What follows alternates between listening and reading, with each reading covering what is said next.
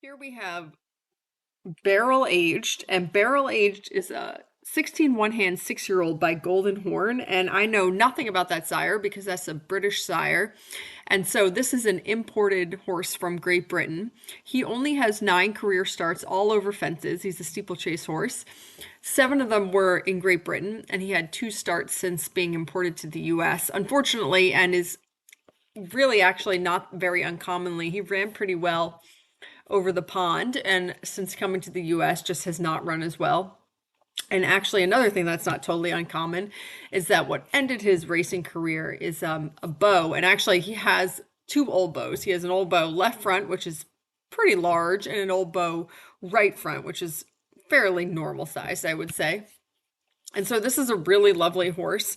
He's beautiful. He's, fairly easy to ride. He's quiet.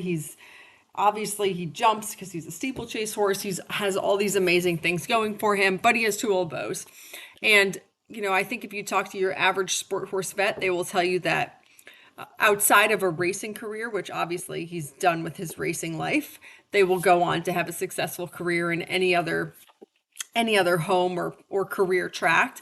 Now, that being said, with 2 old bows and the left front old bow is pretty large, I'm not saying that this is your next upper level horse. However, do I feel extremely confident that this horse will run around happily at the lower levels and probably like through modified? Absolutely. Horses with old bows go on to have really wonderful careers doing anything outside of racing.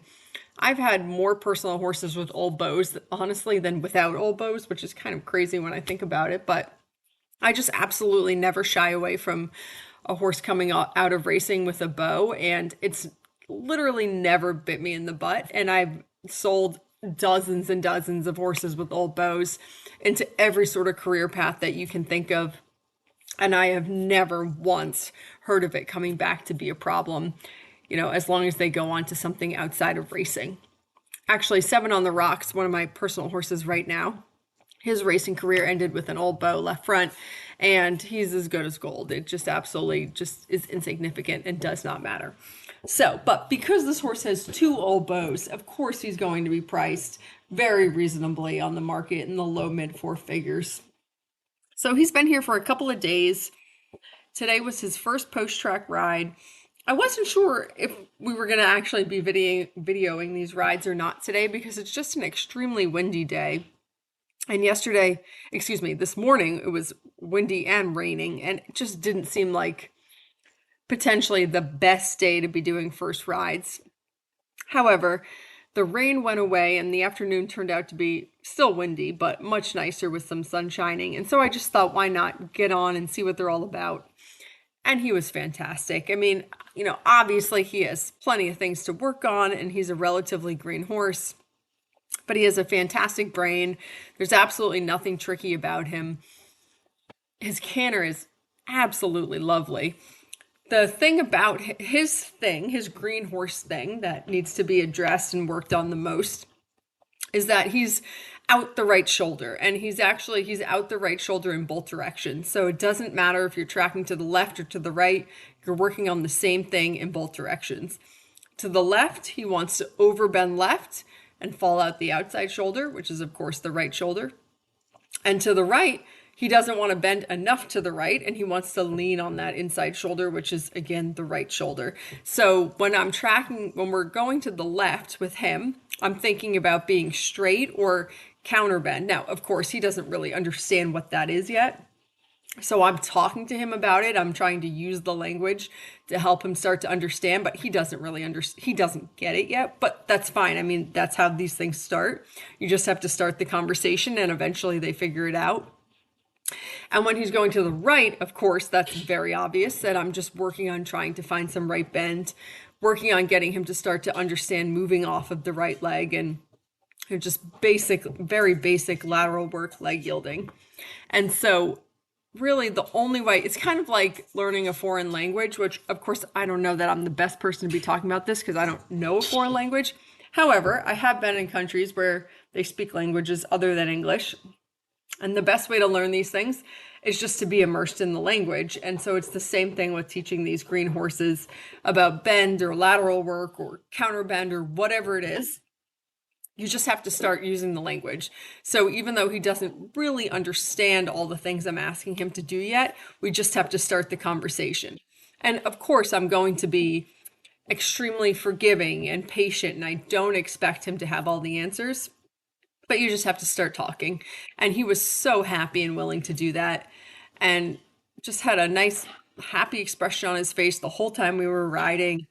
Really sort of easy, simple type of horse. Of course, he has things to work on, but, zero naughty behavior. He doesn't get flustered. For example, it was pretty predictable that because he's leaning on the right shoulder, he's not picking up the right lead is going to be more difficult than picking up the left lead. So I just thought I would leave the little sequence in here of how we went about getting the right lead. So first I asked him on the straightaway, didn't think he would get it, and he didn't, but that's fine. I wanted to give him the chance first. So then we go on sort of a 20-meter circle, ask again, he doesn't get it. We come down to a 15-meter circle, ask again, he gets it, and then we go on. So we're working on things, we're having this conversation. I'm applying some pressure, of course, because I'm asking him to do something that he finds difficult to do, but he stays totally calm. He's not anxious about any of this. He has a nice, happy expression on his face the whole time. So, in my opinion, that makes him a horse that's really not tricky. There's nothing nervous about him. He will figure this out in no time. And actually, very interestingly, and this is quite rare, when they find that whichever bend it is, for him it's the right bend to be more difficult. Usually it's sort of amplified as you increase in the gait. So, it's easiest to work on it in the walk and then the trot, and then the canter is usually the thing that comes last or is like the most difficult. But his canter is so darn balanced that actually it was easier to work on it in the canter than in the trot, which is just wonderful. That's like a little gift that's easier to work on in the canter. So that was really good. He has this wicked cute face. So he's wonderful on the ground. He absolutely loves treats. Clearly has been very spoiled, which I'm sure he's deserved. The only thing I'll say about him on the ground is, as you're seeing right here, is he'll do a little bit of pawing, sort of like in a look at me type of way, like a little bit of a, I know I'm pretty and I want everybody to be looking at me sort of way. It's nothing outrageous. It's just his one little thing. And so I'm on him about it. We're always correcting it, but I'm also not going to make a mountain out of a molehill. So while I'm always correcting it, I'm not going to get too